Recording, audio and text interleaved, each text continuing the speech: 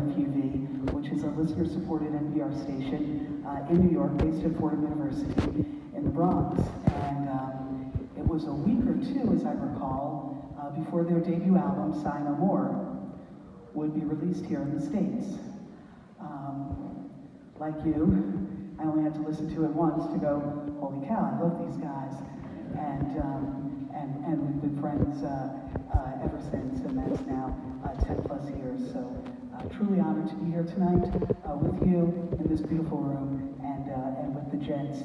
They, such an interesting band in so many ways. There are not a lot of bands that would cite Steinbeck and Shakespeare and Bob Dylan and West African music and the Beatles. A lot of bands will cite the Beatles, all as influences, and that is really something that makes this band so unique. They're a band that truly believes music can unite us, and that music can be a powerful tool for positive change in this world. And I've been in the room many times when I have felt that change and have felt that sense of community and that sense of uniting. And guess what, folks? We're about to feel it tonight, too. That's pretty awesome. Ladies and gentlemen, let me bring to the stage from Mumford & Sons, Marcus Mumford.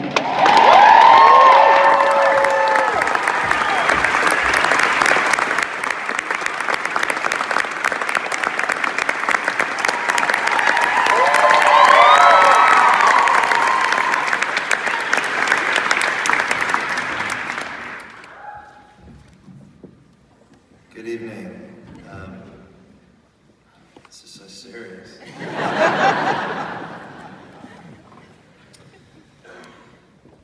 It is an absolute honor to be here this evening and as a band to receive the John Steinbeck Award.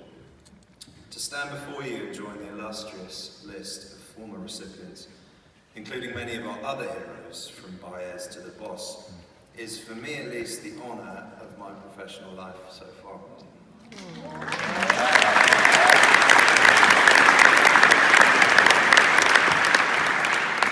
And it's my job to have a crack at telling you some of the story of our band and your bard. But first, some very English confessions. I am no scholar, nor was meant to be. I read what was put in front of me at high school and spent the rest of the time playing soccer. I am no college graduate. Ted's actually the only one of us with a real degree. No, it's not that real. He's a silent assassin. I am far less an expert than the vast majority in this room, including my bandmates, honestly. 3, I am a thief and have long adopted the policy that artists steal, and I'm cool with it. 5, I'm bad at maths.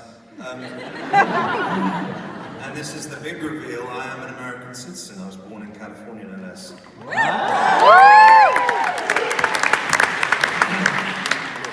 And that becomes relevant.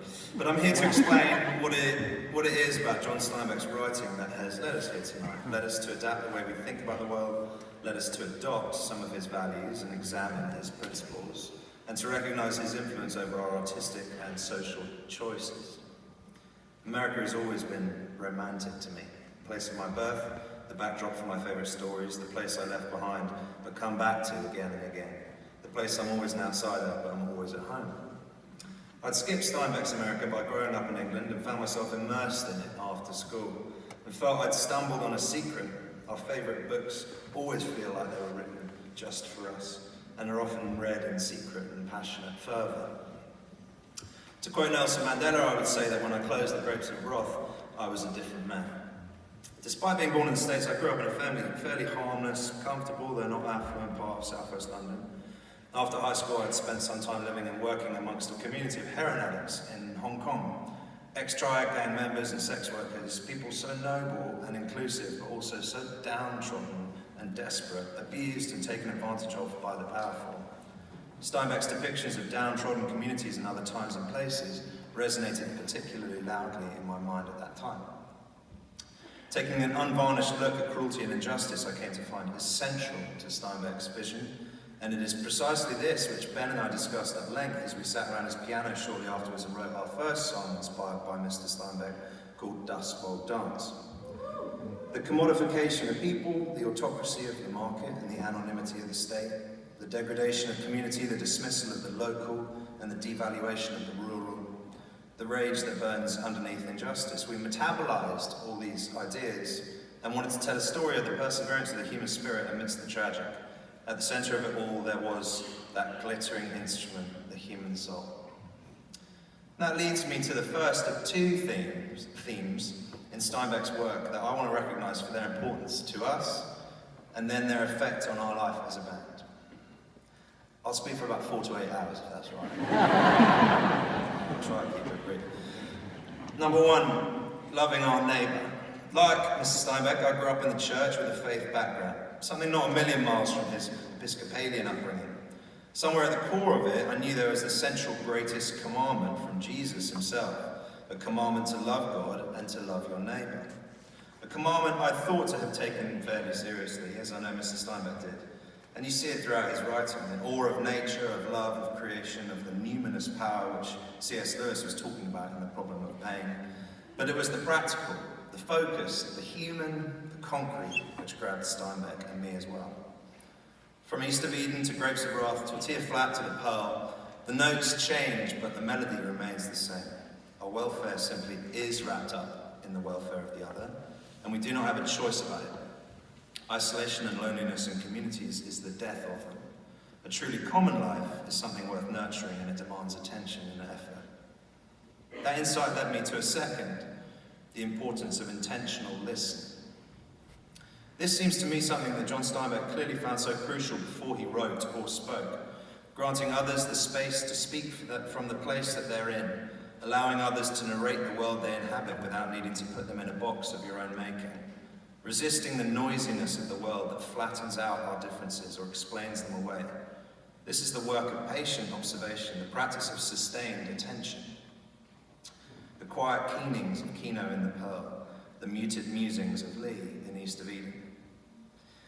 And I think it's particularly well exemplified in a passage in Travels with Charlie, when Steinbeck is in New Orleans, having witnessed a group of white women known as the cheerleaders hurling rehearsed and obscene abuse against African American schoolchildren on their way into a newly integrated school in 1962.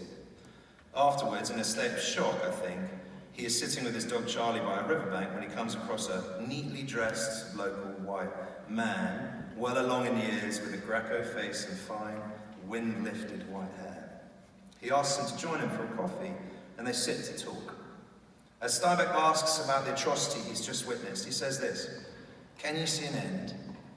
The man replies, "Oh, certainly an end. It's the means. It's the means. But you're from the north. This isn't the problem." "I guess it's everybody's problem," Steinbeck says. "It isn't local. Would you have another cup of coffee and talk to me about it? I don't have a position. I mean, I want to hear." This is the magic. His natural disposition is not to impose his own opinion, but to listen, whether he likes what he hears or not. And that, to me, is such a powerful and humble skill to acquire. Acquire it we must, because I don't think it comes naturally to many of us. It's humanizing and dignifying and important. So much of Steinbeck's work placed in central focus the daily life of what I'm sure politicians would refer to as ordinary working people, but had a particular passion for exhibiting the dignity and exploring the complex humanity of the poor and the destitute. People who didn't match up with the glossy image of mid-century American dreams, with which he tussled so grandly, nor the romance of the gun-toting wild westerners which he dismissed so consistently. These were the farmers, the fishermen, the migrant workers, the indigenous pearl divers, the flawed heroes and breastfeeding, life-giving mothers. And so with these two tenets of our Steinbeck faith in hand, neighborliness and listening, it's also my job to try to explain the ways in which each has shaped our life as writers and as a band. You can imagine they cross over quite a bit. Firstly, try and be good neighbors. For us, by 2007, when we started the band, our physical neighborhood was more and more a transient concept. It was wherever we parked our bus at night, and so it has continued. For many of us, much of the time, we often feel closest to people on the other side of the world. But this being what it is, we've adopted a kind of both-and approach to neighborliness.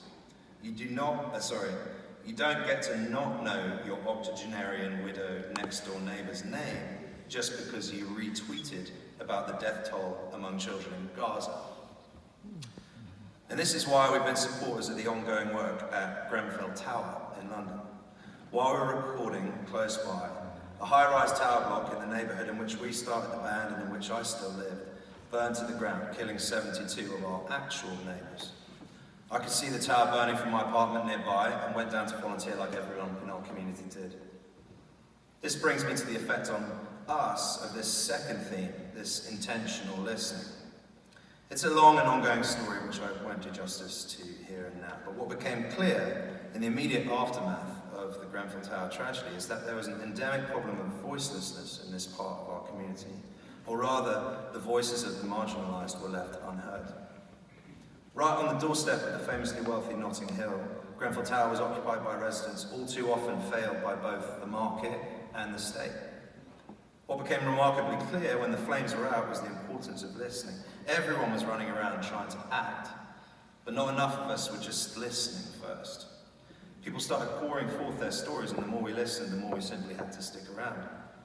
The main thing I've learned is that listening isn't a passive exercise. It obviously brings with it responsibility, but to resist the urge to act without intentionally listening first seems to me to be the challenge. We then, amongst others, responded to a direct request from a group of survivors and bereaved to set up an organisation to help, long-term, support the community affected by the tragedy, which is called the Grenfell Foundation, and which is funded in part by the Gentleman on the Road Fund. Meanwhile, back on the road, Travels with Charlie provides us with a handbook for touring life, not just in its recognition of the romance of a journey, but in its core principle of listening to local communities wherever you roam, and then celebrating the good that you've heard, the good in what you've heard, being challenged by the points of difference. This means we think of ourselves as visitors rather than tourists. A tourist comes to see the place, extracting whatever value they can as efficiently as possible. Not so with a visitor, who arrives to meet and commune with the people of that place, often and ideally bearing gifts. So we took this to heart when we started putting on our own festivals in small towns, less frequented by touring bands. We called them stopovers intentionally rather than takeovers. We'd heard stories of bands coming through small towns and taking cuts of the gas station's profits. We wanted to do the opposite. We wanted to leave the places we'd been, having listened to the people in that community and having left it in some way better than we'd found it. We are immensely proud of this effort and take great joy in seeing a community find itself anew. A wonderful weekend can't solve everything, of course, but demonstration projects of what's possible can't hurt. We put on an event, listen to the community, and establish the conditions under which that community can receive the benefits of such a gathering for a long time to come. This has meant we've done our very best to listen to local communities. I don't think we're excellent at it yet, but we're trying. To the dreams they have for themselves and the pains they experience in every way that we can when we travel.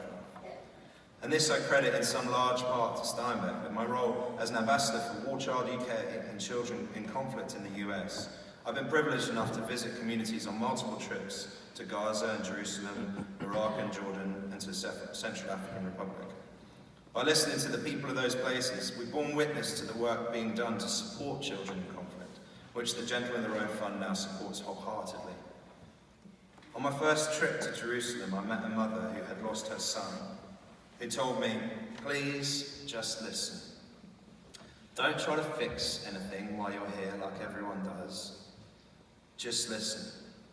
Because when you listen to my story, you bring dignity to my humanity. Those words stay with me wherever I go, because words are vital. Stories are vital. It is my honour this evening to recognise, amidst the power of words, the importance of John Steinbeck's words that led me there and now lead us